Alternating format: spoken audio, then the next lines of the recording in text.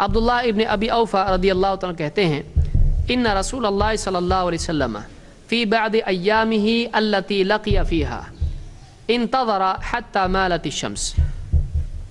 کہتے ہیں کہ ایک جنگ میں ایک دن جس میں آپ صلی اللہ علیہ وسلم لشکر کے ساتھ تھے، اپنی فوج کے ساتھ تھے، اور مشرکین بھی سامنے تھے، جنگ کا موقع تھا. آپ انتظار کرتے رہے یہاں تک کہ سورج ڈھل گیا، مالت الشمس. ثم قام فی الناس خطیبا، پھر آپ لوگوں میں خطبے کے لیے کھڑے ہوئے. قال ایھا الناس، اے لوگو، لا تتمنوا لقاء العدو، دشمن سے مٹ بھیڑ کی تمنا مت کرو.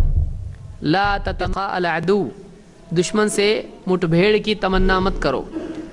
وصل اللہ العافیہ، اور اللہ سے عافیت کی دعا مانگتے رہو. اللہ سے عافیت مانگتے رہو. عافیت، جنگ نہ ہو، مسئلہ کھڑا نہ ہو، سکون سے معاملہ ختم ہو جائے، عافیت سب کے لیے رہے. وصل اللہ العافیہ. فاذا لقیتموہم فاصبروا، لیکن پھر تم کو لڑنا ہی پڑے، دشمن آ ہی جائے تو پھر کیا کرو؟ فاصبروا، جم جاؤ، جم جاؤ، جمے رہو. واعلموا ان الجنت تحت ظلال السیوف، جان لو کہ پھر جنت تلواروں کے سائے میں ہے. بہت سارے لوگوں نے کیا کر دیا؟ اوپر کا پورا کاٹ دیا، نیچے کا لے لیا. دیکھو اسلام میں کیا ہے؟ جنت تلواروں کے سائے میں ہے. لڑتے رہو، انہیں جب تک کہ تلواروں سے لڑو گے نہیں جنت میں جاؤ گے نہیں. اور اوپر کا اصل معاملہ کیا کر دیا؟ کاٹ دیا. تو آپ بتائیے اوپر کا کیا ہے؟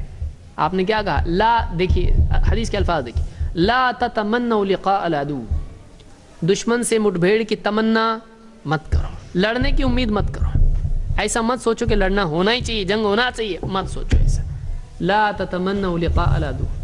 پھر وصل اللہ العافیہ، اللہ سے عافیت کی طلب رکھو. اللہ سے چاہو کہ عافیت سے معاملہ ٹل جائے، لڑنا نہ پڑے. بھائی وہاں کے 10 جائیں گے تو یہاں کے 5 تو جائیں گے، اور یہاں کے جب 5 جائیں گے جنگ میں تو یہ کیسے ہوں گے؟ یہ اچھے لوگ ہوں گے. اگر یہ زندہ رہتے تو بہت اچھا کام کرتے. تو اس کے لیے اس کو ٹالو، اس کو ٹالو. وصل اللہ العافیہ، اللہ سے عافیت مانگتے رہو. اور پھر اس کے بعد آپ نے کہا فَإِذَا لَقِيتُمُوهُمْ فَاصْبِرُوا، پھر اگر مجبوراً لڑنا ہی پڑے تو اب جب موقع جنگ کا ہے تو بھاگنا ہے نہیں، پھر جم جاؤ.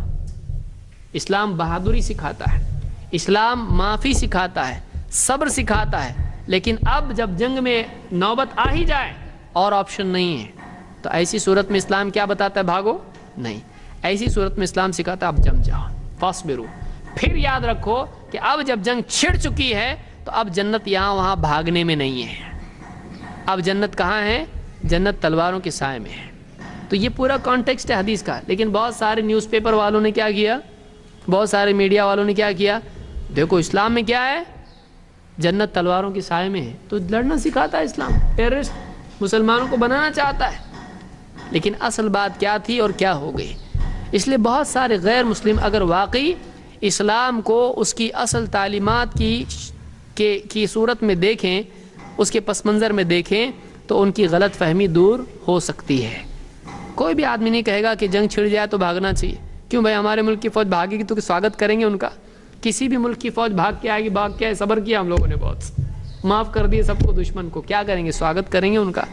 برا مانا جائے گا. جنگ چھڑ جانے کے بعد پھر بھاگنا نہیں ہوتا ہے. یہ اسلام کی بھی تعلیم ہے، یہ اسلام کی تعلیم ہے.